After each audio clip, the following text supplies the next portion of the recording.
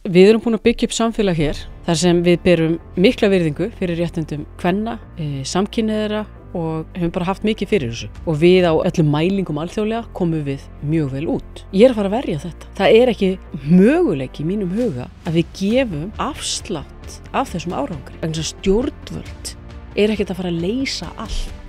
Ég vil tala líka fyrir flokki sem lítur á þetta að við erum öll þáttakendur í þessu samfélagi. Íslenskuna og sérstaklega fyrir börn með annað tungumál. Það er bara þannig, ef þau ná ekki tökum á íslenskunni fyrir 9 ára, þá verður þetta mjög erfitt. Að hælisleitenda prógrammið með þessum alþjóðlegu skuldbindingum er gjörsamlega ósjálfbært.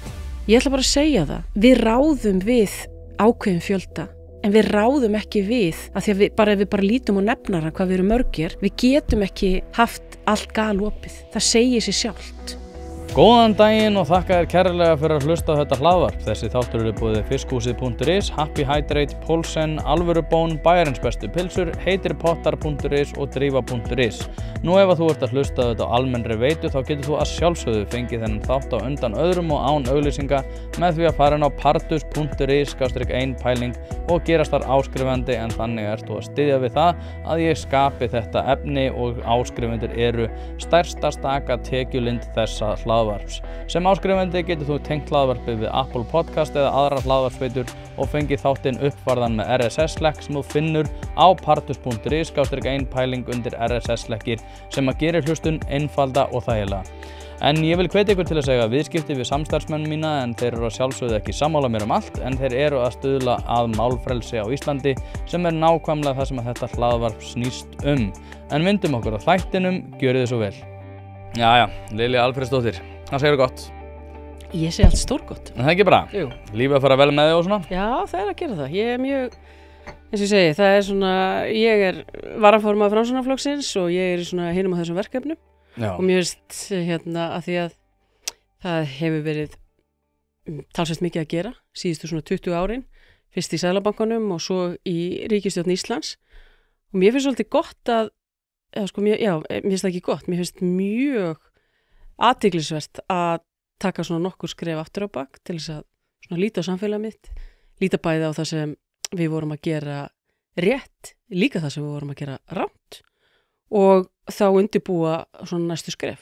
Já, núna náttúrulega, ég ætlaði náttúrulega ekki að velja mikið við það að þú sért að fara í formanninn. Við vitum það alveg. Það er ekki endalega ákvörðun komin. Já, við vitum það samt og þannig að ég ætla ekki að velja mikið við það út af því að, en þegar að þú ert orðinn formaður, hvað hyggstu gera við flokkinn? Hvernig verður þetta öðruvísi undir þér heldur en hjá Sigurði Inga? Flokkurinn verður meira hugmyndafræðilegur. Hann verður þannig að við setjum hagsmuni lands og þjóðar númer 1, 2 og 3. Við verðum meira afgerandi í andstöðu okkar við það að Ísland gangi inn í Evrópusambandið. En á sama tíma erum við mjög hlynnt alþjóðaviðskiptum af því að við lifum á því við Íslendingar.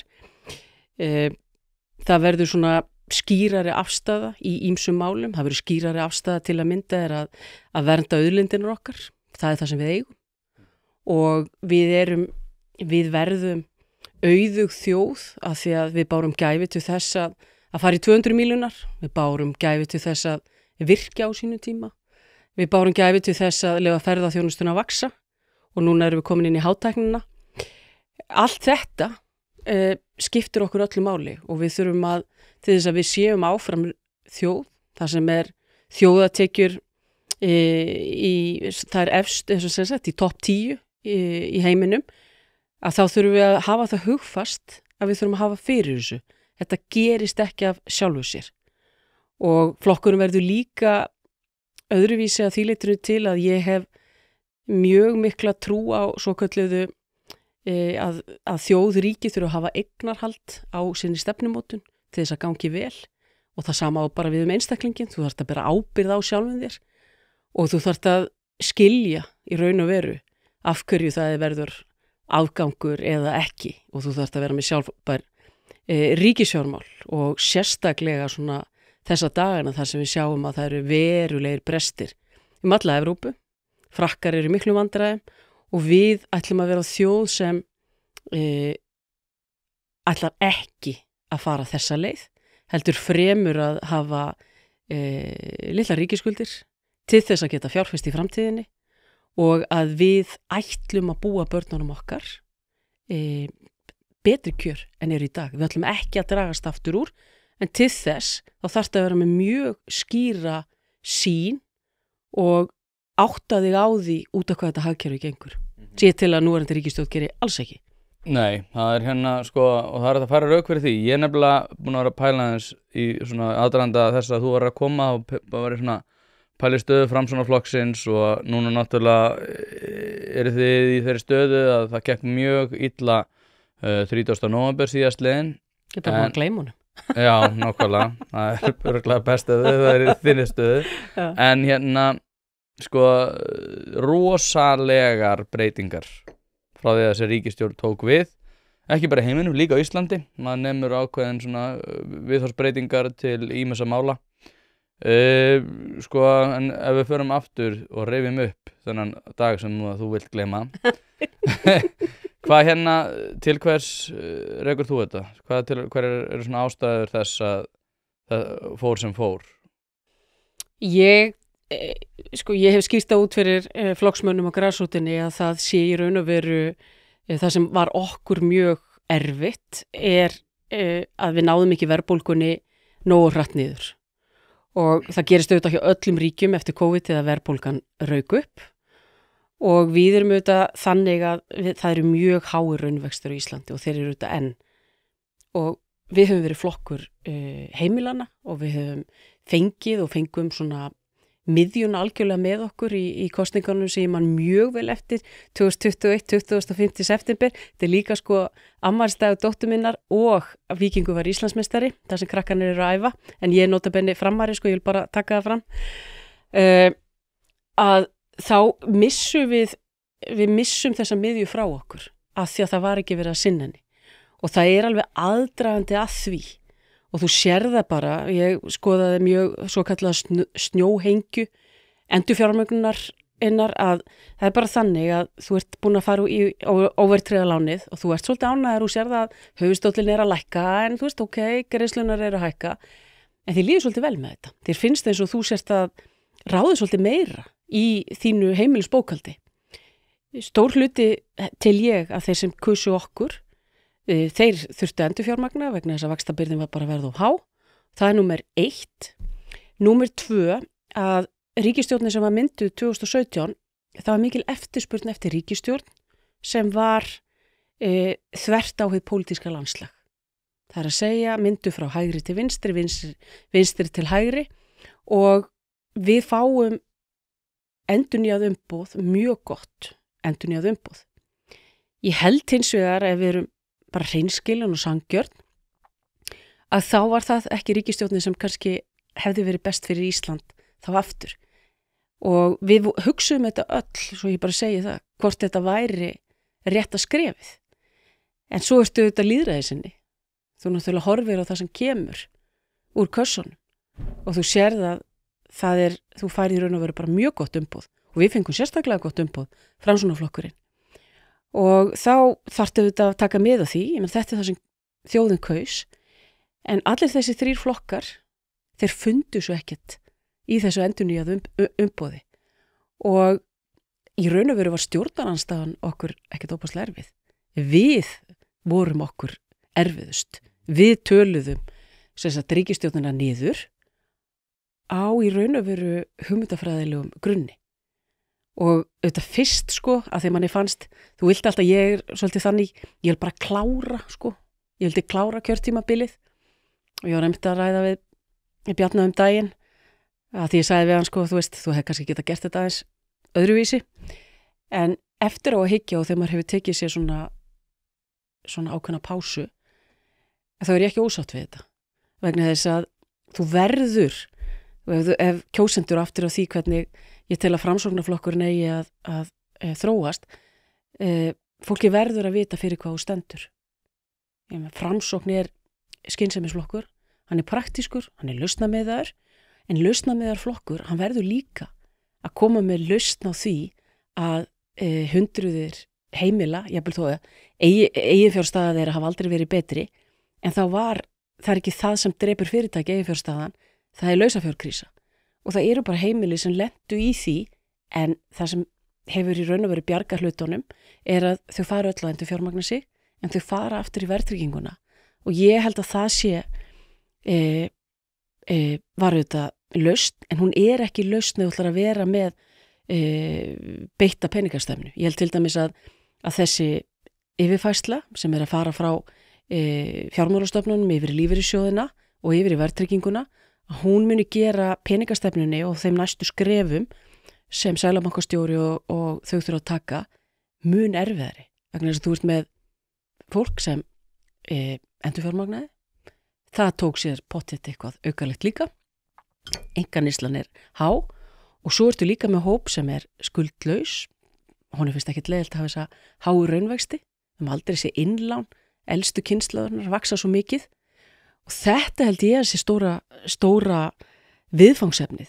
Hvernig getum við á Íslandi sem er svona auðugt boðið upp á lengri tíma lán sem eru hagstæð og að fólki finnist að virkilega vera að fjárfesta í sinni eigin framtíð. Og þetta er viðfangsefnið.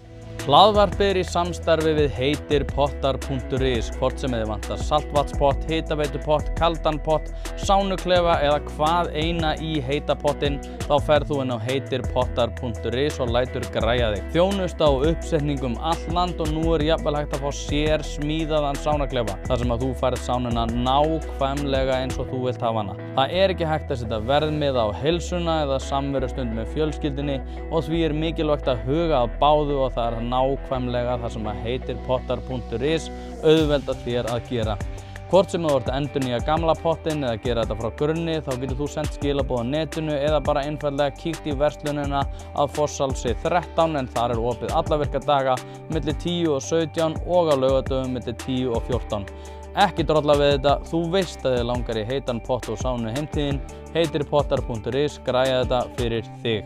Já, þá var eins og ég var að segja við hann, þá var ég að reyna að pæla í tækifærum Framsóknar. Ég held að þau verði mikil, ef við yfirfærum síðustu 6 mánuði yfir á næstu 6 mánuði og breytingarnar verða jafn miklar, Mette Frederiksen var bara að lýsa yfir stríði núna í morgun við fjölþóttaógnir og fleira og sem er alveg svona rosaleg breyting einhvern veginn á því landslagi sem við sáum fyrir 6 mánuði þrátt fyrir það að sé búið að vera miklar væringar í alþjóðastjórnmálum en ég held aftur á móti að verði tækifæri út af því að þegar þú ert orðinn formaður að þá verði ákveðið tækifæri fyrir Framsóknarflokkinn að vera svona sá eins og þið voru nú fyrir einhverju síðan þá sögðu verið klettur inn í hafinu.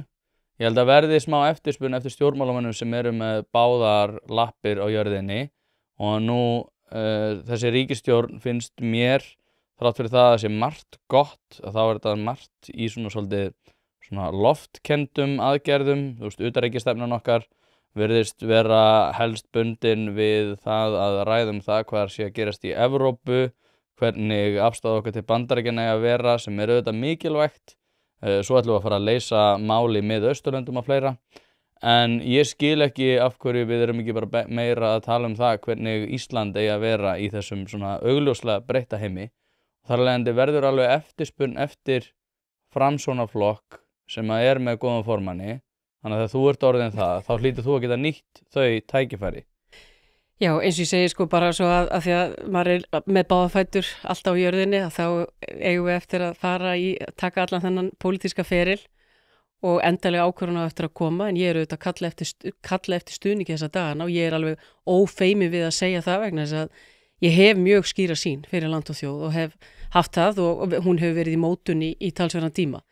En kannski aðeins að því sem er að gerast og það er auðvitað alveg hárrétt. Ég vil meina það að Samfylkingin hafi verið kosin vegna þess að hún segir Evrópumálin verða ekki á dagskrá.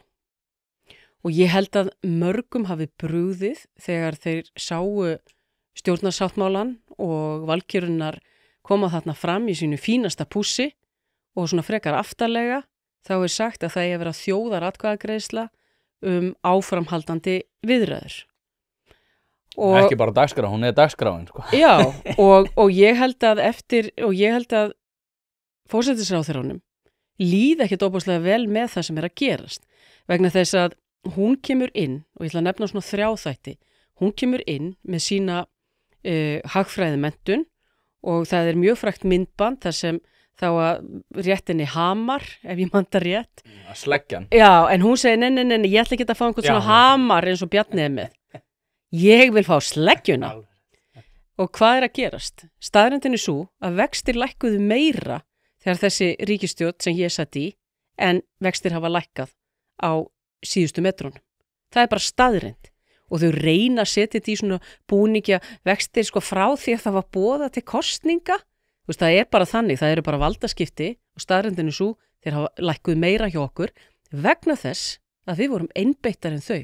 Hvað gerðu við til þess að leggjast á áranar með fólkinu í landinu sem þú verður alltaf að gera? Þú þarft alltaf að stjórnmál eru þannig að þú þarft að leiða með góðu fordæmi.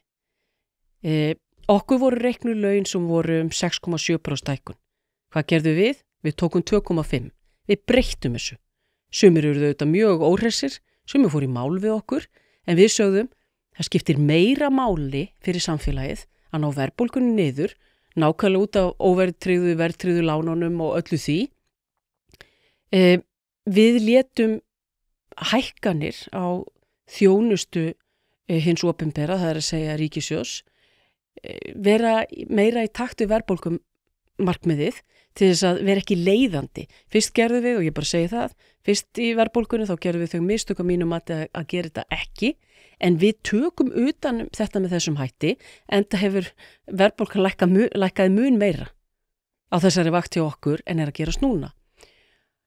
Og þetta alveg svo var fyrir okkur, að því ég raun og veru uppruni þessara beggja flokka, nú ætli bara að Samfylkingin á þetta rætur sem reykja í Alþýðuflokknum sem var stofnaður 1916 eins og Framsóknarflokkurinn og reyndar að sama manninum, Jónasar og Hriflu.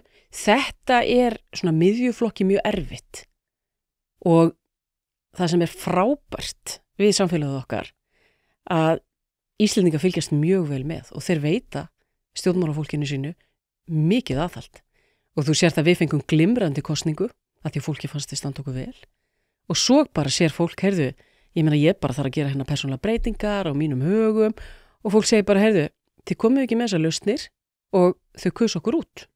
Og það var bara, það þetta leksía í því og það þetta það sem maður búin að vera að gera, þetta að fara yfir, veist, hvernig byggjum við þetta upp aftur.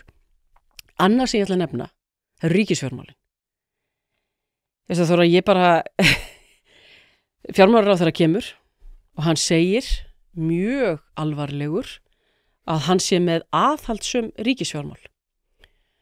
Og nú ætlum ég bara að viðurkenna það að ég kannski stundum, ég mjög svona bjartsýn eðlisfæri þó ég sé svona líka oft mjög skeptísk sko, að ég svona trúði honum það hann sagði þetta. Mér fannst það bara samfærandi. Og ég ákvað og ég nú búin að fara í gegnum held ég örugglega svona 12 eða 14 fjárlög og líka auðvitað því ég var í Seðlabankanum.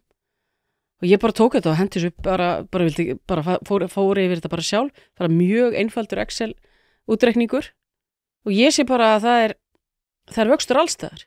Og svo las ég fjárlagafrumvarpið og það er 3,2% raunvöxtur. Hvernig getur þú sem fjármálaráðherra sagt við þjóðina og verið rosalega stoltur að þetta séu aðhaldssöm fjármál, aðhaldsamt fjárlagafrumvarp? Ekki nóg með það, við vorum auðvitað og þessi ríkisstjórn, hún fekk 80 milljarða tekjuauka í ár. Ef hún hefði notað hennar tekjuauka bara í það að ná hallalausum fjárlögum, þá henni tekist það. Og bara svona til að setja þetta í samhengi, þá hallinn á þessu ári, þau notuðu hann allan, ég meina þau juku útgjöld 40 milljarða bara í ár. Og þetta fólkið sem segir, heyrðu, treystið okkur, ekki þessar ríkisstjórn sko, sem með allt niður sig, við fengum heimsfaraldur, jarðhræringar og stríði fangið. En samt, ef við höfum fengið að ráða, hefðu við verið í pluss á þessu ári. Og ég hef verið mjög stolt af því. Ekki nóg með það, heldur að það að koma annar 91 milljarða tekjuauki, að því að þrátt fyrir eins og andstæðingar okkar hafa verið að segja að þetta sé allt svo vonlaust að því að sko, hagvöxtur, við getum farið út í hagvöxtur sko, per mann, hann er ekki nógu mikill, en hann er samt Þórarinn með því allra hæsta sem gerist í heiminum. Þau eru búin að eyða 95% af þessum tekjum, nú þegar. Og munurinn, afkomi batinn af sko 1600 milljörðum eru 4 milljarðar. 4. Og ég segi bara, það er ekki verðbólgan, það er ekkert plan í sambandi við hana, ríkisfjármálin, ekkert plan, utanríkisstefnan, hún hefur aldrei verið óljósari. Hlaðvarpið er í samstarfi við fiskhúsið.is.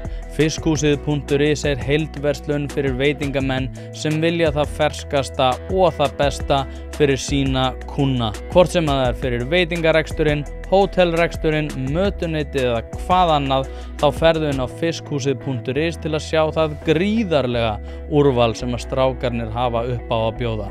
Ef að þú vilt hið ferskasta og hið besta, þá gerir þetta sjálfsögðu almennilega, ferðin á fiskhúsið.is. Það er ekki til sú spurning sem að strákarnir hafa ekki svarið við, þannig enn og aftur fiskhúsið.is til að fá ferskasta og besta fiskinn á landinu. Býtu, var ekki, þú segir 4 milljarðar plus, var ekki 15 milljarðar halli? Jú, en ég meina afkomi batinn á milli ára. Sko -19 sem þeir hefðu getað verið í plus og svo fara frá -19 í -15. Já. Þrátt fyrir allar þessar tekjur. Ég sko, var alveg að gera mig leikaði að spyrja gervigreindina út í það hversu há fjárlög hafi verið. Ég held að hafi verið sko 2012 823 milljarðar og 2016 hafi þetta verið 1283 ef ég er að muna rétt. Og ég sko, það var fræg ríkisstjórn í Bretlandi fyrir það að vera arfaslök sem að var leita af Liz Truss, þar sem að hún ætlaði að beita koma á hægæskum aðgerðum með keynesískum aðferðum. Það er að segja að hún ætlaði bara að grípa inn í allt og niðurgreiða allt þar sem að væri einhvers staðar halli. Og náttúrulega fjallum sjálft sig út af því að það vita allir sem að vita eitthvað að ef þú ætlar að takast á við þetta þá þarftu bæði að skera niður og að ljúka starfsemi einhvers staðar til þess að takast á við slík fjármál. En við erum einhvern veginn sko komin á þann veg að bara á langar að segja 15 árum þá erum við tvöfalda fjárlög sem að þýðir það að við erum á mjög einkennilegum stað varðar verðmætasköpun og ég heldur reyndar að þetta komi inn á bæði húsnæðismarkaðinn þar sem að ungt fólk er að hlaupa eftir lest sem að fyrir hraðar og svo að lokum náttúrulega bara gefast upp. Þannig að sko það sem að mér þykir alltaf einkennilegt í þessu bara sko umsvif hins opinbera. Og núna hefur Framsókn verið svona beggja megin í því hvort þau séu vinstri hægri, við erum miðjuflokkur. Sko undir þinni leiðsögn sem formaður, hvernig sérðu fyrir þér að Framsókn muni svolítið beita sér þessu? Þú veist, verður meiri Sigmundur Davíð eða verður meira svona vinstra megin? Ég verð Lilju megin og hún er svo að það er gamla slagorðið sem við munum auðvitað vinna betur með. Það er vinna, vöxtur, velferð. Það er að segja, ég mun leggja ofur áherslu á atvinnusköpun. Ég mun leggja ofur áherslu á það að ríkissjóður sé rekinn með afgangi.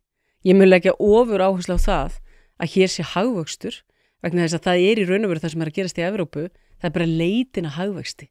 Ég meina líta á það sem er að gerast í Frakklandi. Ég meina það er í alvöru verið að tala um það að Frakkland gæti endað á prógrami hjá Alþjóðagjaldeyrissjóðnum. Það eru 2 ríkisstjórnir búnar að falla vegna þess að þau hafi ekki getu í þetta. Ég mun vilja halda vel utan þetta velferðarkerfi sem er einstakt á heimsvísu en það verður hins vegar auðvitað þannig að við getum ekki látið umgjörð hins opinbera vaksa þannig að það fara að bitna á verðmætasköpun og fjárfestingu. Og annað sem ég mikið og núna, þú veist, þetta hefur maður tíma líka til þess að fara yfir þetta vel og þú nefnir húsnæðismarkaðinn. Íslendingurinn er mjög áhugasamur að eiga sitt eigið húsnæði sem er mjög jákvætt. Séreignarstefnan, þegar fólk er að tala hana niður, ég held að hún sé grunnurinn að verðmætasköpun vegna þess að ef þú gerir könnun bara með allra Íslendinga þá svona, ég held að 91% vilja vera í sínu eigin húsnæði. Og ég held til dæmis að þar séu sóknarfæri að við höfum ekki hugsað sko ofmikið út fyrir kassan þar, hvernig við getum byggt með hagkvæmari hætti og það þurfa allir að taka þátt í þeirri vegferð alveg frá því að það við útlutum lóð og þar til að lykillinn afhentur. Vegna þess að Svo getur við með luxus eins og bílastæði, það verður svakalegt. Já, ég get lofa þér því að við tölum fyrir því framsóknarmenn, það ekki spurning og ég meina, en svo annað, að þú tala húsnæðismarkaðinn og ég mjög upptekin að fæðingartíðni og í raun og veru svona, ég að lesa frábæra bók sem ég ætla bara að minnast á hérna sem heitir Our Dollar, Your Problem, sem eftir Kenneth Rogoff og fyrir alla þá sem hafa áhuga, sko hann ekki að borga mér eitthvað fyrir að kynna þessa bók, en hún svo frábær og hann byrjar á því að hann var rússnesku sérfræðingur og var aðalhagfræðingur Alþjóðagjaldeyrissjóðsins, giftur rússnesku konu og hann að taka fyrir þessi helstu hagkerfi og ég núna í Japans kaflanum og hann að fara yfir það, veistu hvað gerist, af hverju fara Japanir að draga svona aftur úr. Byrjar á því að tala það þegar gengið að tvöfaldaðist og þeir fara að kaupa allt, en svo nefnir hann eitt þátt að það verður algjör trun í fæðingartíðni.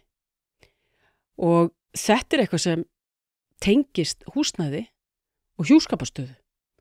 Og ef ungt fólk kemst ekki í sitt eigið húsnæði á svona sínum prime time, ásakaði ég sletti, þá mun það bitna á hagvexti. Og mér finnst vanta svolítið svona hugsun að þetta snýrað fram til þjóðar, hvernig við gerum þetta. Og þetta má ekki vera þannig að börnin okkar einhvern veginn þurfi að vera heima fram á fertugsaldur. Við viljum ekki ítalskt ástand og ég vil auðvitað sjá meiri svona alvöru samanburð á því hvar við stöndum sem tiltölulega sterkt. En að því að í svona litlu opnu hagkerfi þá geta breytingarnar gerst mjög hratt, þar að segja ef þú hugsar ekki þessa þætti. Við förum hratt upp, við getum líka farið mjög hratt niður. Og mér finnst bara að svona húsnæðisstefna og við þurfum að vera ákveðnar í því að fólk geti einmitt búið það sem það vill búa og að það hafi hreinlega efni á því. Ég líka í sambandi við þessa fæðingartíðni það ótrúlega áhugavert að fylgjast með þessu og maður hefur til dæmis talað þetta í samhengi við Bretland. Bretland náttúrulega og þar hvað ég var að segja, demografían, svo ég fá að sletta líka, búin að breytast alveg gríðarlega og þeir eru að takast á við alls kyns vandamál sem við kannski komum inn á eftir betur, en aftur á móti þá hefur áhyggjur fæðingartíðni og áhyggjur af tölunum varðar sérstaklega einstaka hópa hefur þótt verið einhvers konar svona hundaflauta og svona fólk einhvern veginn að ýta undir rasisma og eitthvað fleira þvíumlíkt, en samt sem áður segir oft sama fólk að við getum tekist á við þennan vanda með því bara einhvern veginn að flytja inn endalaust af fólki. Hlaðvarpið í samstarfi við stöndu og mikilvæg fyrirtæki og eitt af því Polsen. Polsen.is til þess að skera hvað eina, hvort sem þú þarft að fara í bílrúðu skipti eða einfallega bílrúðu viðgerð, þá ferðu inn á Polsen.is. Ef það stjarna í framrúðunni þá bara bókaru tíma á heimasíðunni, ferð með hann og hann tilbúinn samdægurs. Ekki vera með stjörnu í bílrúðunni, Polsen.is, láttu græða rúðuna strax í dag. Og ég hef oft hugsað út í þetta í samhengi við mitt fæðingartíðni og svona framtíð þjóðar og svartsýnustu spár eins og í Evrópu hafa í rauninni allar reynst vera réttar.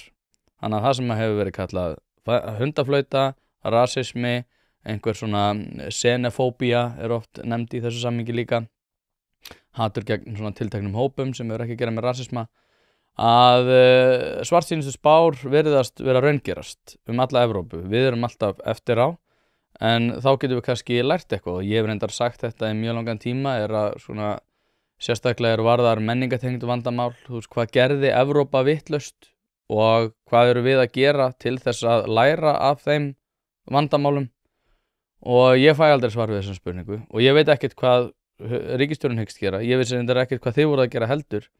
En þetta augljós vandi alls staðar í Evrópu og hefur að gera með fæðingartíðni og fleira.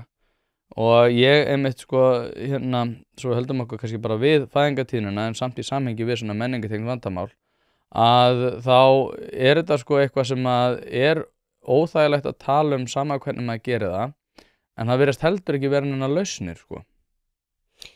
Lausnin sú að við verðum að átta okkur á því að við búum hér í samfélagi þar sem réttindi allra eru bara mjög mikil og ein stæðsta vísbendingin það hvort að það sé svona áskorunvarandi fæðingartíðni, það tengist oft jafnréttismálum og þá kemur ég menningartengdan sko, það í raun og veru þetta eins og lottóvinningur að fæðast kona á Íslandi á 8. áratugnum. Ég ætla ekki að bera saman kjör mín og langömmu minnar sem fæddist 1910. Hún þurfti svo heldur betur að hafa fyrir lífinu. Sko, þau enduðu á sveit og allt sko að því að pappina dó. Og hún mín helsta fyrirmynd í lífinu. Og það sem hún hafði alltaf gríðarlega áherslu á, það var að við þyrftum að standa vörð réttindi og þessi kvenréttindi. Og við sjáum það að þau samfélög sem eru að svona fara verst út úr þessu, þar það lítið stuðningskerfi í tengslu við barneignir. Ég bjó í Bandaríkjunum og það kostaði okkur meira að setja börnin á leikskóla en að greiða leiguna okkar. Og hvað að gerast þar? Fólk bara þarf að velja hvað þau ætla að eignast mörg börn vegna þess að menntun í Ameríku er svo óbóðslega dýr. En fæðingartíðin er hærri? Fæðingartíðin er hærri, en hún samt sem áður þannig, hún hefur alveg eins og í Evrópu, hún hefur verið að minnka og þetta virðist vera svona alþjóðleg þróun. Við sjáum það hins vegar að við sjáum rosalega fækkun í Suður-Kóreu, en með svona samstilltu átaki, við erum að sjá hana vera aukast aftur. En grunnurinn að þessu húsnæði og að fólk sjáu lítið á framtíð sína með jákvæðum augum. Og það verkefni stjórnvalda. Það er ekki verkefni stjórnvalda, ég ætla að fá að endurorða þetta. Það er verkefni okkar allra. Vegna þess að stjórnvöld ekkert að fara að leysa allt. Ég vil tala líka fyrir flokki sem lítur á þetta að við erum öll þáttakendur í þessu samfélagi. Og ég verð að segja það að mér finnst menntakerfið fengi mikla gagnrýni. Ég spyr samt líka, hvað erum við að gera inn á heimilunum? Erum við að aðstoða börnin? Og það má ekki tala um þetta, því þetta á alltaf gerast í skólanum. En það endilega gott fyrir kennarana? Eigum við ekki að vera svolítið með kennurunum og skólastjórnendum í þessu? Ætlum við að setja þetta allt á kerfið? Eigum við ekki svolítið líka að bera ábyrgð og vera þannig samfélag að þú berð ábyrgð á því sem þú ert að gera? Þetta rosalega, og stundum þegar stjórnmálamaður tala svona, hann bara fær mikla gagnrýni á sig, þú ert ekki að hugsa þá sem eru verst settir. Það er bara alrangt, vegna þess að ef þú ætlar að fá framfarir, hvort sem það sé í lestri, starffræði, náttúruvísindum, þú þarft að leggja þannig fyrir börnin og fyrir í raun og veru að það sé hægt að vinna með það. Þetta ekki bara þannig að þú bara getur sett þetta allt á skólana. Ég get líka bara sagt fyrir þetta, ég ekki stjórnmálamaður, þá get ég fyllt í eyðurnar af því sem þú ert raunverulega að segja og það sem þú vilt raunverulega að segja, sem náttúrulega og það augljóst mál að foreldrar upp til hópa bölvaðar aumingjar sko. Það alveg magna að fylgjast með einhverjum djöfulsins tuðurum yfir því hvernig íþróttaþjálfarar eiga að vera og eiga ekki að vera og svo stendur krakkiðinn sig ömulega út af það nennir ekki að lesa fyrir hann heima og þú verður til skólastjórans og segir hérna af hverju fær hann svona lélega einkunn. Það bara því að þú ert bölvaður aumingi. Ég byrjar að gera að reglu að þegar ég sé til foreldra fyrir framan börnin sín í símanum og þá skipti ég mér af. Að þá segi ég bara við hann, hvað ertu að gera? Og einhverjir fáránleg, maður sjá einhver fáránleg TikTok myndbönd af einhverjum mæðurum þar sem að það allt í lagi að ég láti barnið vera á YouTube svo ég fái smá me time. Nei, þú ætti að vera bölvaður aumingi, þú ætti ekki að vera með me time eða þú ætti barn, þú ætti bara að rífa þig í gang. Svo ég að sjá önnur myndbönd þar sem að fólk það nú allt í lagi að vera í símanum þegar ég með barn á brú. Nei, það ekkert í lagi. Þú þú átt að reyna að vera að tengjast barninu, þú átt ekki að vera í því að vera að skrolla einhverju viðbjóðsleg TikTok myndbönd af einhverjum ungum stelpum að glenna sig svo að þú getur verið leið með sjálfa þig yfir því að vera ekki í sama formi. Það finnst þetta öllum og við vitum alveg, þetta alveg galið, en að einhverjum óskiljanlegum ástæðum, þá eru bara komin þann stað bara, já nei, það eru réttindi mín að vera í símanum. Nei, þú átt bara að vera faðir barnsins, þú átt að lesa fyrir það, þú átt að rífa þig í gang. Þú átt að hjálpa skólaninu líka. Það að hjálpa skólanum. Ég að segja það, ég er að fara í liði með þér þarna. Nei, ég meina vegna þess að það sem gerist bara, ég meina það er bara nokkrir þættir og sem ég finnst einhvern veginn, það er alvarlegt að blaðalestur er búin að minnka mikið á Íslandi og ekki bara á Íslandi heldur allstaðar. Vegna þess að þegar börn eru að skoða helstu fréttasíður, þá náðu við fullt af nýjum orðum og þá eiga þau auðveldara með að vera í góðum samræðum og annað slíkt. Það er líka samtalið við foreldra og eldri kynslóðir sem skiptir höfumáli vegna þess að þetta snýrað því að einhvern veginn að geta komið þínu sjónamiði á framfæri og ef börn fá ekki nægilega mikla örfun í samtalinu og það er ekki nóg að hugsa bara að leikskólinn og hneykslast á leikskólanum eða skólanum. Fólkið þarf að gera þetta sjálft og þarf að huga þessu. Og það eru sumar rannsóknir sem benda til þess að það sé að aukast stéttskiptu munur á milli þeirra sem leggja í þessa vinnu, og þetta er vinna, og þeirra sem leggja ekki í þessa vinnu. Og við verðum að geta talað þetta vegna þess að ef þú ætla bara að segja, heyrðu, þetta er allt menntakerfin að kenna og ég stundum verið svolítið hissa á hægrimönnum sem einhvern veginn ætla bara að segja þetta er bara menntakerfi, það er ómögulegt. En ég spyr á móti, hvað ert þú að gera heima hjá þér? Af hverju er menntakerfi svona? Er kannski einhver ástæða, líka samfélagsleg, eins og við erum að tala um? Og svo held ég að sé líka annað sem við erum og ég er mjög upptekin af og óskaði nú eftir því ég var menntamálaráðherra er að ég er mjög hrifin af Eystrasaltsríkjunum. Ég hef dáðst að þeim alveg alla 20. öldina, sko bæði hvernig þau, þau eru fullveldi eins og við, 1918, en verða svo þetta undir í seinni heimsstyrjöldinni og Sovétríkin taka þau yfir, en þetta eru mikil menningarsamfélög og það er mjög gaman að sjá það að eistneska menntakerfið, það stendur sér best í PISA. Við erum að tala um þjóð sem var undir rosalegu oki Sovétríkjanna og þau einhvern veginn bara koma þarna og þau bara, líta bara við ætlum að vera lítil þjóð, þeir að búa þarna 1,5 milljónir og við ætlum bara að vera fremst á meðal jafningja og þau gerir þetta. Og nú er ég að standa fyrir því að það verði gerð bara rannsókn á milli íslenska menntakerfisins og þeirra eistneska, að því veistan geti þetta, þá getum við pottitt gert þetta. Og ég held bara að við höfum verið að dragast aftur úr, að börnin okkar séu mögulega jafnvel 2 árum á eftir mörgum samanburðaríkjum. Hlaðvarpið í samstarfi við fyrirtæki sem hafa reynst mér vel og eitt af þeim er Happy Hydrate. Happy Hydrate veitir þér öll þau steinefni sem þú nauðsynlega þarft á að halda. Ég var alltaf skeptískur á það hvort það væri gott yfir höfuð að vera að taka einhvers konar viðbótarefni, en eftir að ég byrjaði að nota Happy Hydrate hef ég einfaldlega orðið betri maður. Mér líður betur, kem meira í verk og dagurinn verður einfaldlega betri. Þetta er dagskammtur af C-vítamini, engin gervisykur, dregur úr þreytu, inniheldur nauðsynleg vítamin og bara heilt yfir frábært. Því mæli ég eindregið með því að þið notið Happy Hydrate og skál fyrir því. Ég held að þetta sé sko tvíþætt út af því að það sem hefur komið mér alveg ótrúlega óvart er að við erum með núna fyrirbæri sem heitir Kvikmyndistan. Sama hvar þar hefur verið prófað, hefur það reynst vel.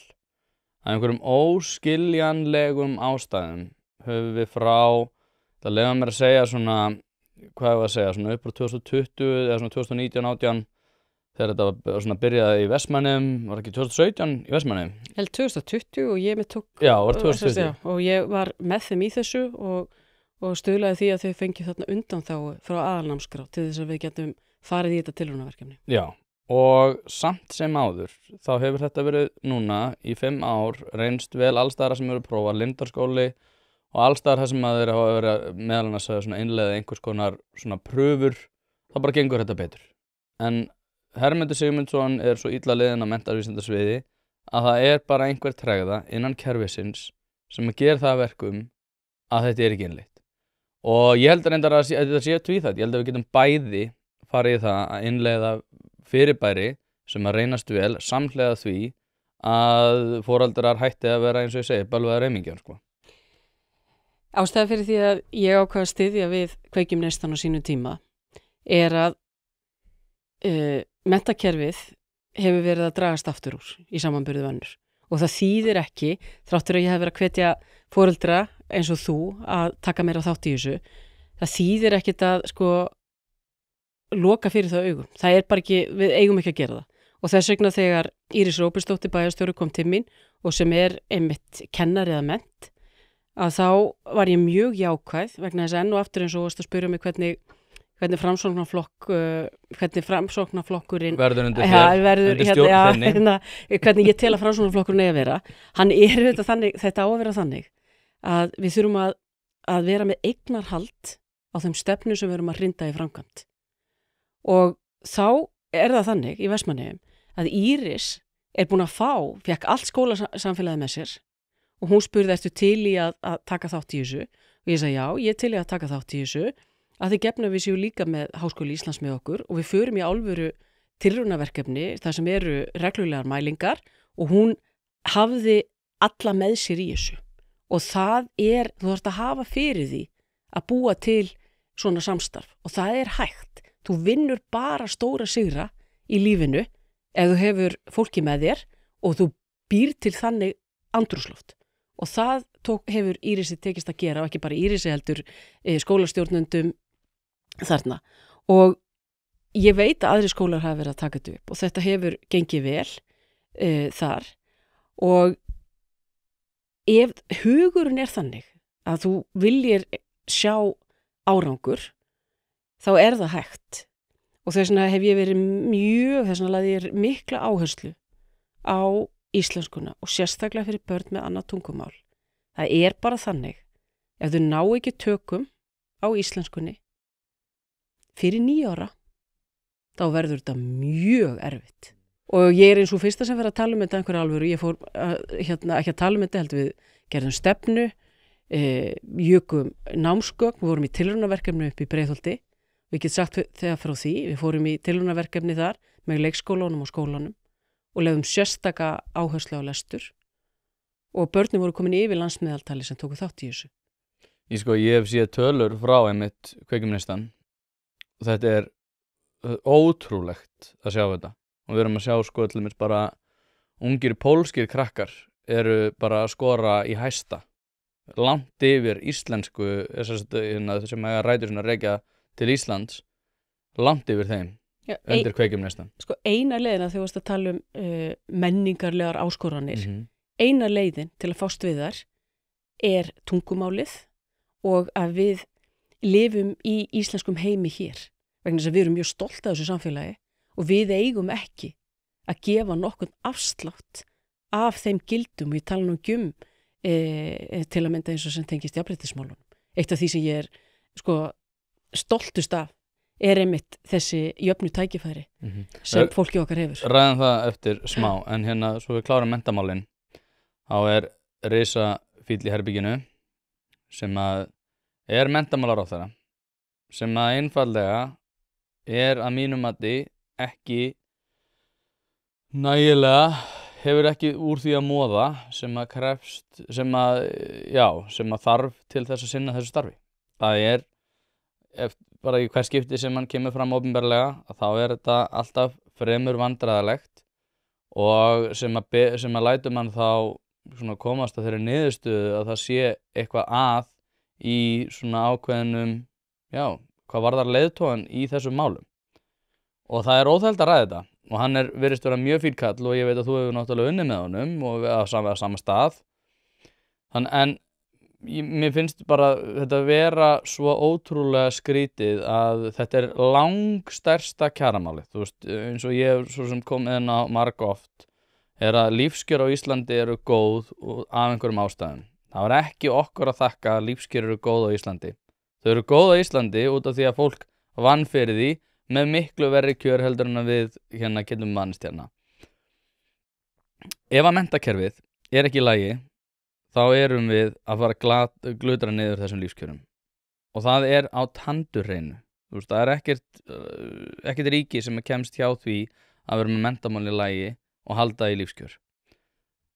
Með þessar forsendur að þá erum við í frekar vondri stöðu, sérstaklega þegar að þetta viðhorfið okkar gagnvart í að setja í rauninni einhvern sem með litla sem enga reynslu af einhvers konar menntamálum. Já, sko, þetta auðvitað eins og þú segir, Guðmundur ráðherrann vel liðinn af sínu samferðafólki.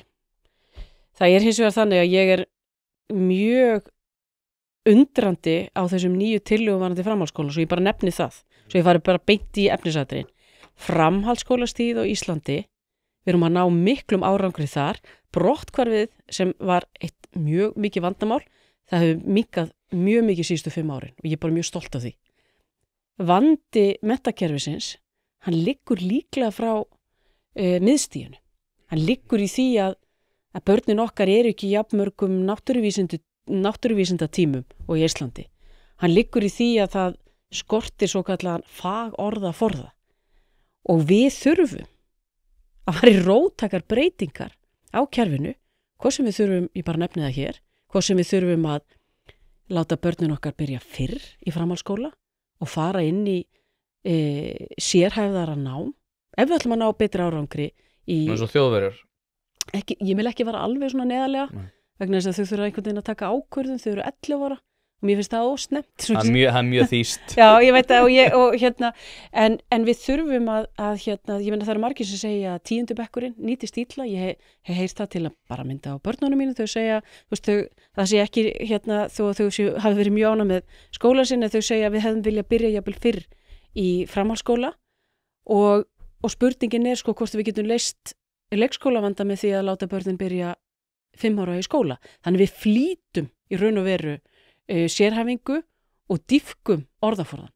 Við höfum að vera að tala um þetta og við höfum að taka þetta vegna þess að við fórum í eins og í menntastefnunni sem ég fékk samþykkta, þar eru öll þessi áherslu atriði.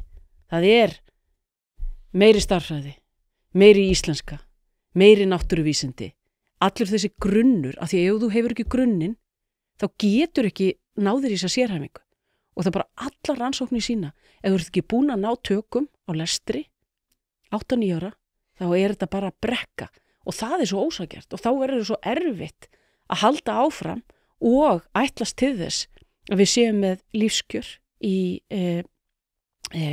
sem eru þau bestu sem gerist í heimi og við sjáum það bara hvað sem við kíkjum á samfélag, hvort það var Aþena eða Róm eða Kína eða á sínu tíma, hvað hafði öll þessi samfélag sameiginlegt? Jú, það var mikil áhersla á menntun og menningu. En þú þarft líka að fjárfesta í henni. Ég fekk til að mynda ekki, sem ég þótti, ég var svo ég sé nú gagnrýnin líka, ég fekk ekki þá fjármuni til að mynda í að fara í miklar breytingar á námsgögnum. Við þurfum, eðlisfræðibókin sem strákurinn minn var með, var sama eðlisfræðibókin og ég var með. Og það eru 34 ára á milli okkar og þetta ekki í lagi.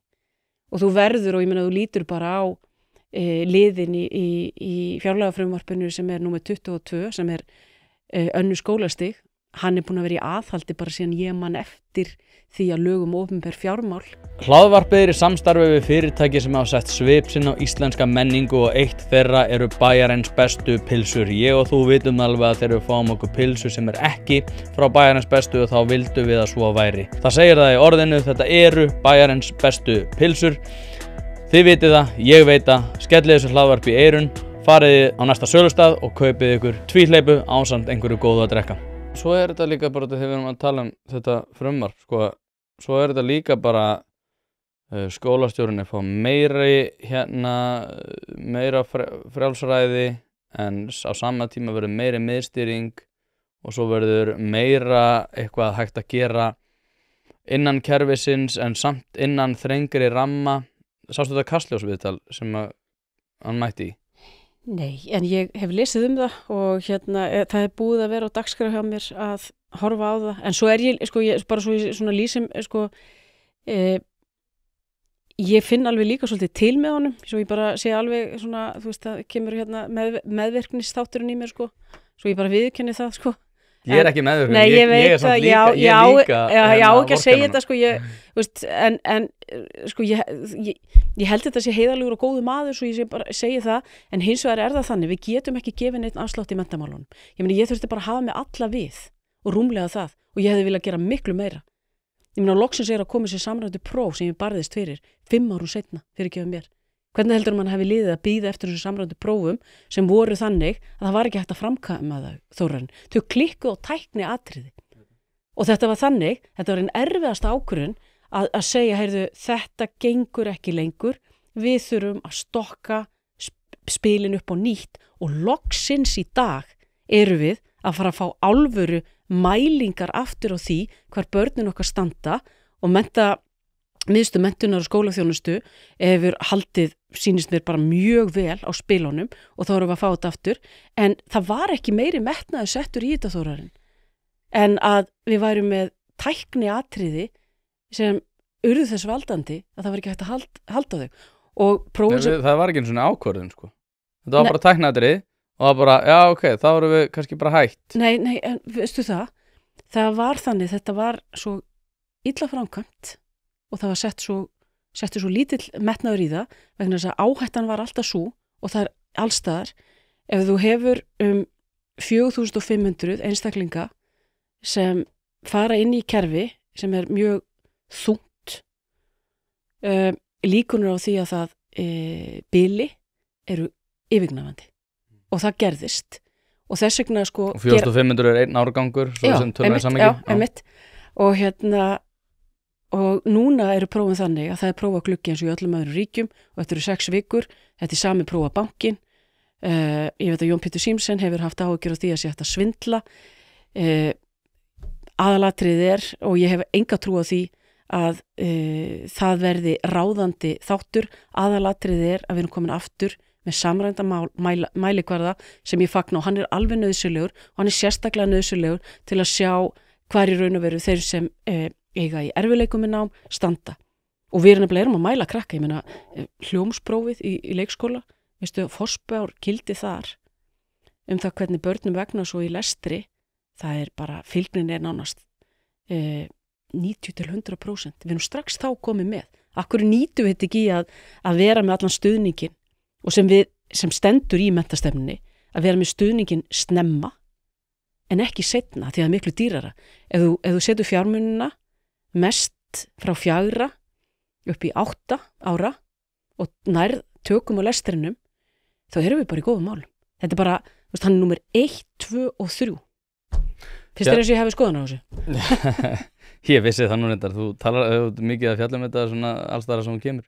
En hérna kannski eitthvað sem er ennþá heitari kartafla, það er hérna menningatengdu málin sem við vorum að ræða og ég sko, út af því þú varst að tala að vera lýðræðisinn, lýðræði er mjög áhugavert fyrirbæri, það er segfljótandi, það er mikill skriðþungi.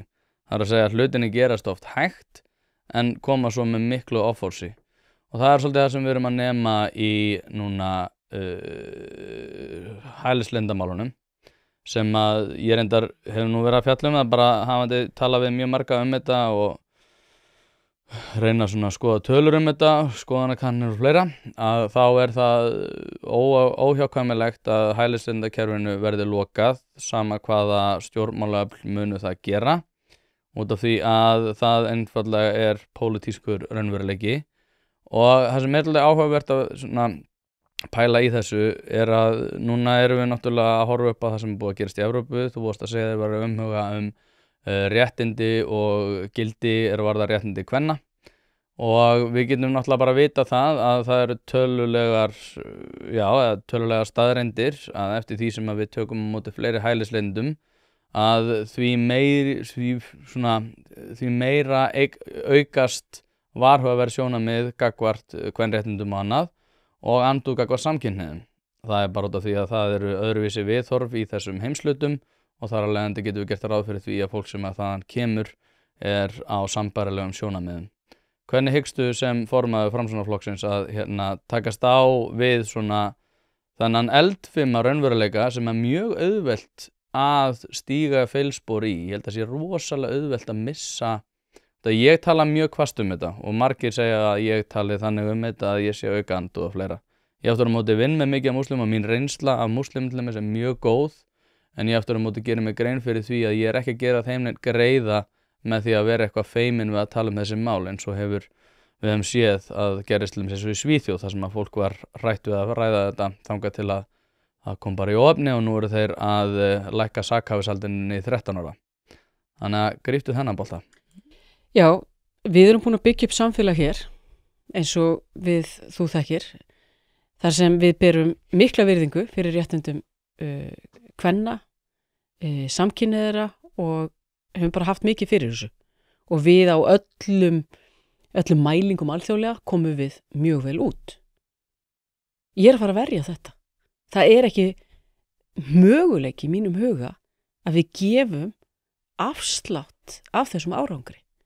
Og það þýðir auðvitað að það ekki tekið léttvægt að það sé verið að þrengja þessum réttindum. Og við erum og höfum náð þessum árangri að því að við höfum svolítið Íslandi hefur alveg þurft að berjast líka fyrir sín. Við vorum ekki á þessum stað bara fyrir 60 árum. Það alveg ljóst og við áttum okkur alveg á því að hælisleitenda prógramið með þessum alþjóðlegu skuldbindingum gjörsamlega ósjálfbært. Við bara sérðað skriðþungin, það væri svo tsunami sem kemur og við þurfum til þess að halda áfram að vera í fremstu röð. Þá þarf að gera þetta þannig að samfélagið okkar nái utan með þetta og að við gefum engan afslátt á þeim réttindum sem eru komin hér og við búum í frjálslyndu lýðræði samfélagi og einu örugasta samfélagi í heimi og við eigum að taka mjög hart á afbrotum, öllu sem í þá veruna vegna þess að gæðin það bara vera í örugu samfélagi. Þetta einn mestu lífsgæði sem þú hefur og við höfum tekið þau svolítið sem sjálfsögðum en þau eru það ekki og við þurfum öll sem samfélag að sameinast það að þetta séu gildin sem við höfum í þessu lýðræði samfélagi verið sammála og halda í þau, gefa engan afslátt, frekar að gefa ívarðandi þau og efla menntakerfið. Hlaðvarpið í samstarfi við fyrirtæki sem veita úrvalsþjónustu og eitt af þeim alvöru bón. Við skulum bara vera hreinskilin, ef þér þykir vænt bíliðin þá lætur þú gera þetta almennilega og það nákvæmlega sem alvöru bón gerir.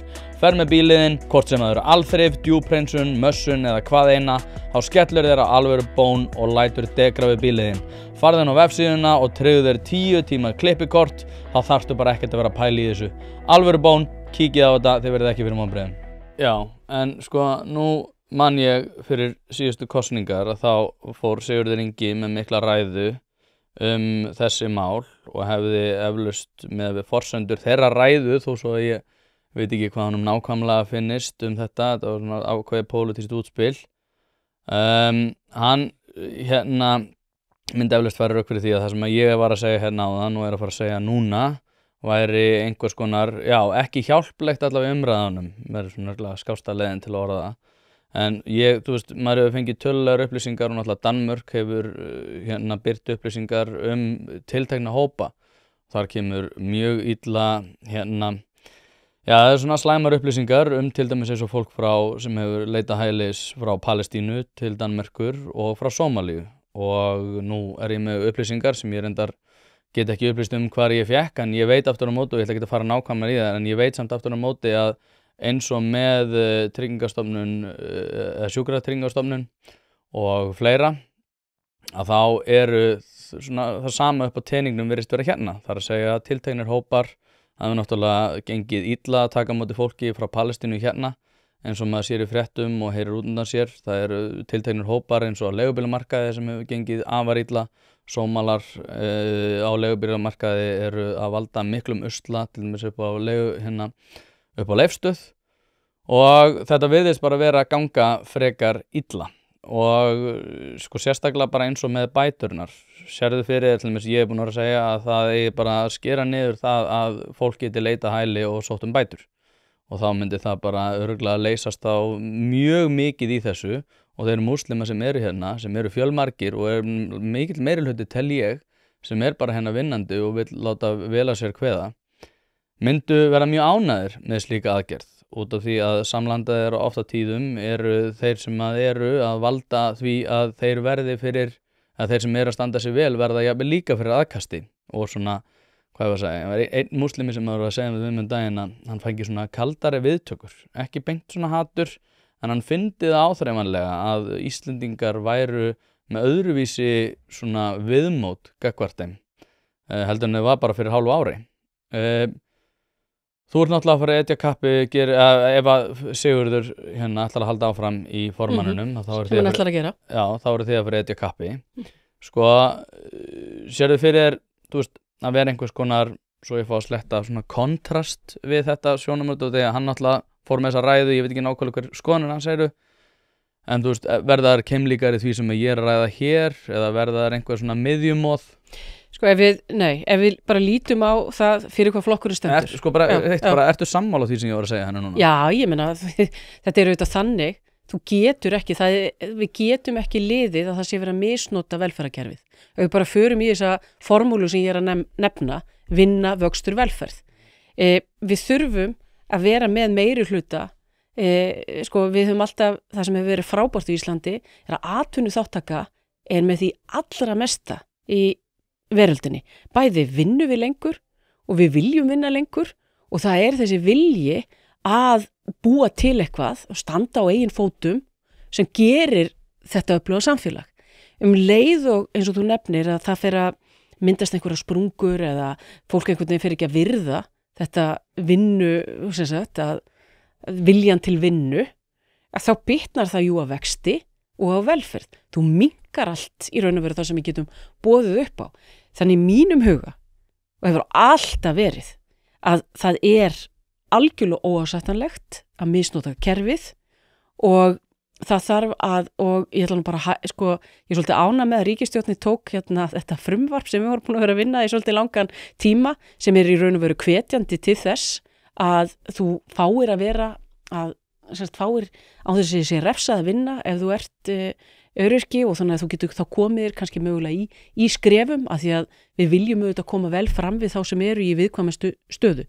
En þetta og að þú varst að tala um múslima, þá er það þannig að ég bjó með múslima í 2 ár, stúlku þegar ég var í Columbia University og ég gæti ekki séð að það væri neitt menningarmunur á okkur.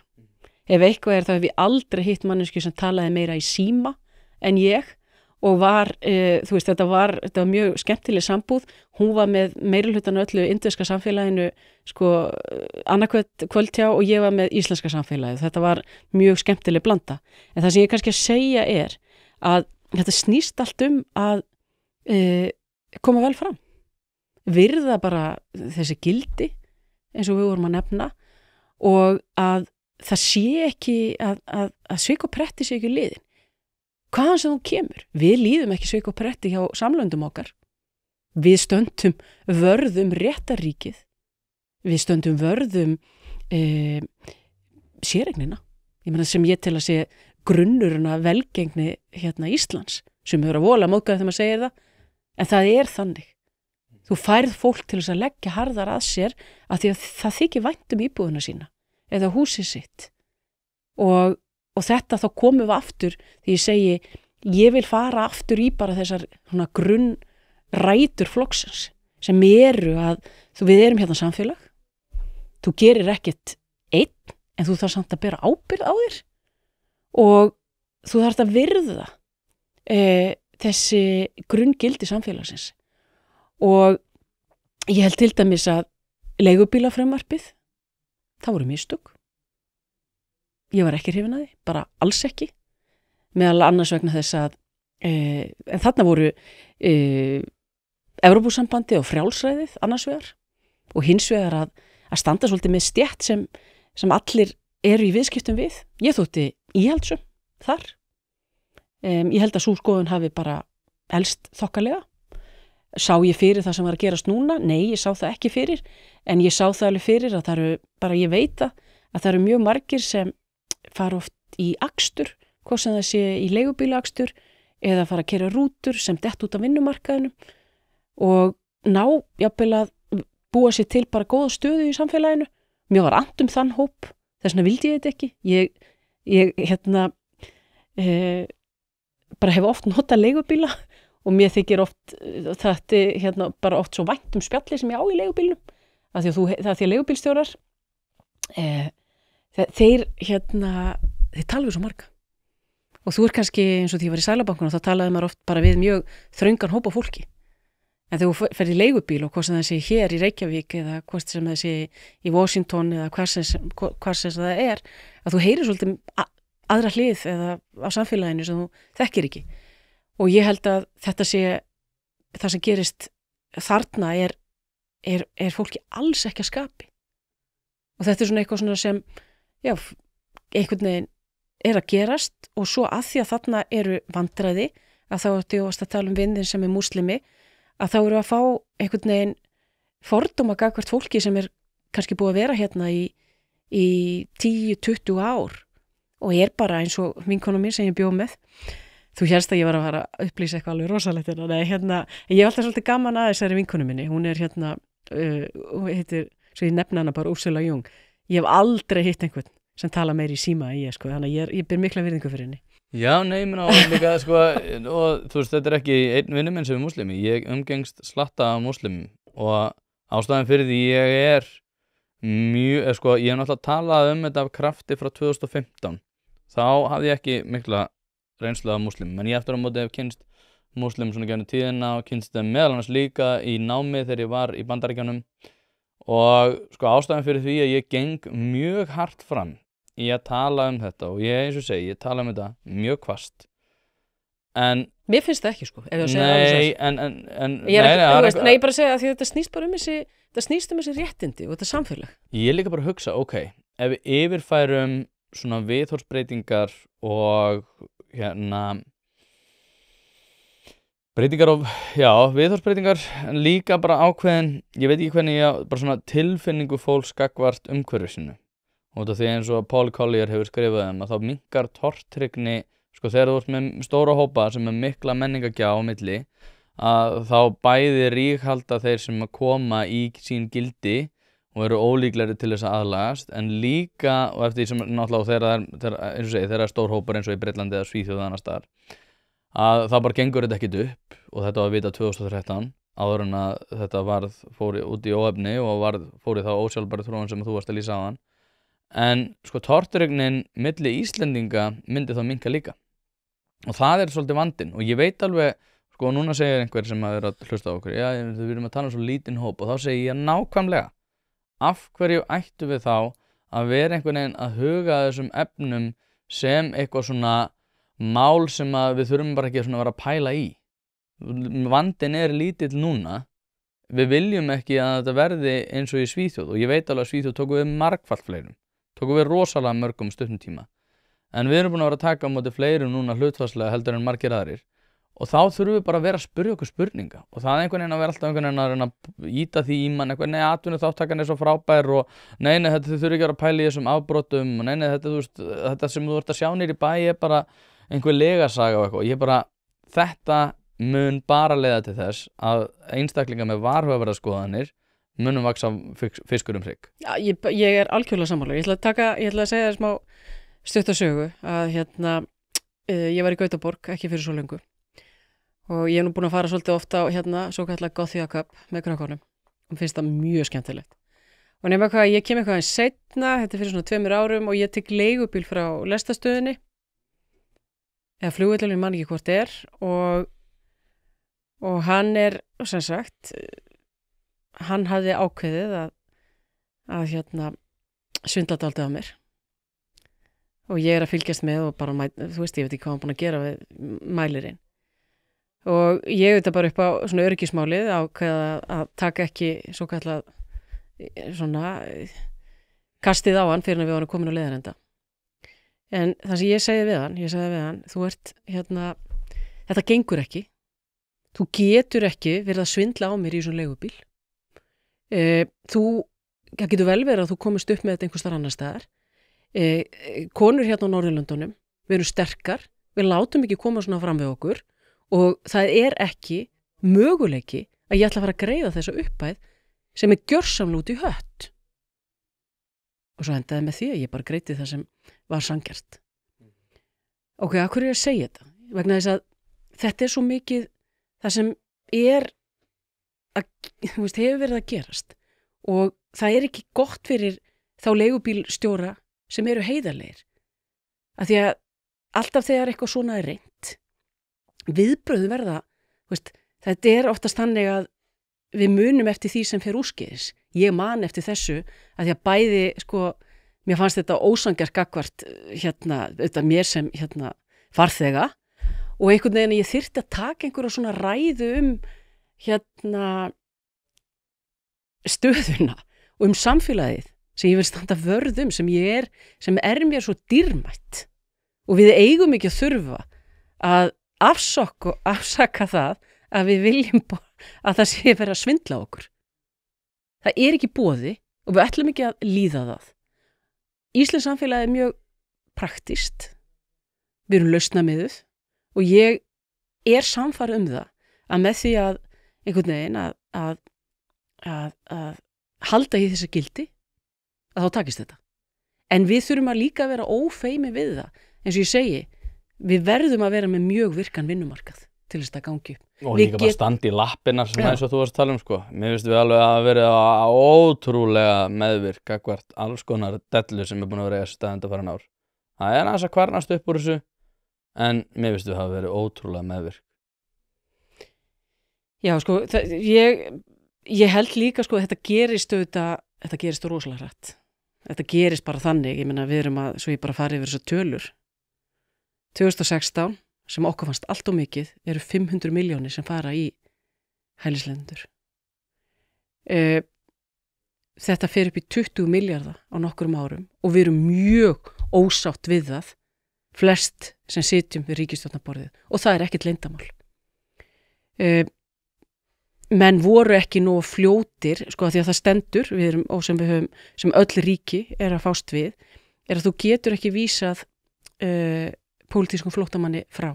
Þetta var samþykkt og var á sínum tíma, þá var verið að hugsa eftirleik seinni heimsstyrjaldarinnar þegar gyðingunum var vísað alls staðar frá og þeir enduðu svo í útrýmingabúðum. Og öll ríki heimsins hafa gengist undir þetta. Það þýðir hins vegar ekki að þú eigir að vera með að mínu mati og það sem lærdómurinn af þessu er að við verðum að geta tekið á móti fjölda sem við ráðum við. Fyrir 2016 þá tókum við svokallaða kvótaflóttamenn og það var bara ákveðið prógram sem fólki fór í, hvort sem það var frá Serbíu eða frá það sem var náttúrulega geisaði hræðilegt borgarastyrjöld. Og Sýrlandi líka. Já, og ég held þú munir eftir því að það var tekið býsna vel utanum þessu hópa og það var hugað að bæði að móttöku, það var hugað að skólagöngu og öðru slíku. Ég ætla bara að segja það að við ráðum við ákveðin fjölda en við ráðum ekki við að því að við bara lítum og nefnara hvað við erum mörgir, við getum ekki haft allt galopið. Það segir sér sjálft og það segir sér líka sjálft ef við erum að tala bara hagkerfið okkar. Ég vil ekki að við förum í Evrópusambandi vegna þess að þá munum við ekki geta haldið utan auðlindirnar okkar. Nei, ég ætlaði með að djóka við erum eiginlega búin með tíma þannig að ég ætlaði með að spyrja hvort þú ég ætlaði að nefna hvað að vera fyndið að við varum ekki búin að nefna ESB. Manstu viðtalið sem ég tók við Kristrúnu Frosta þar sem hann breytti útlendingastefnu Samfylkingarinnar. Já, ég man það mjög vel. Ég bara spyr þig. Heyrðu, þú ert á leiðinni í partí og þú ert að velja með tveggja einstaklinga. Já. Fara á heljarina fyllir í með öðrum og hinn skilur eftir heima. Guðmundur í Brim eða Bjarni Benediktsson? Ég fer í partí með Bjarna. Aha. Já. Bjarni er mjög skemmtilegur. Hann er það reyndar. Hann er mjög skemmtilegur og það er mjög gaman. Rosalega góður í svona 5-ára-brandurum og það verst er að mér finnst þeir mjög fyndnir sko. Guðmundur Ingi eða Svandís Svavarsdóttir?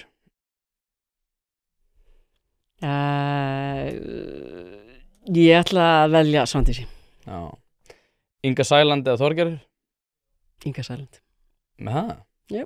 Ég er endur alltaf að spyrja þig, hvort að Þorgerður, út af því að hún var komin svona, sko Viðreisn er á svona einhverjum, já, er svolítið vafki í þessu. Ég ætla að spyrja hvort að Þorgerður væri Svandís Svavarsdóttir þessa ríkisstjórnar. Og það hún fer svo mikið svona, já, við erum að leiðin í ESB. Já, ég meina mér finnst bara þessi ESB vegferð, mér finnst hún svo lítið úthugsuð og mér finnst bara einhvern veginn þau koma og einhvern veginn þau ætla ekki að, þau segja, heyrðu, við erum í vinnunni, bara í álfur eru það fréttir að þau séuð í vinnunni, að heill landsfundur gekk út af það að segja, heyrðu, við erum í vinnunni og við erum að fara í verkin.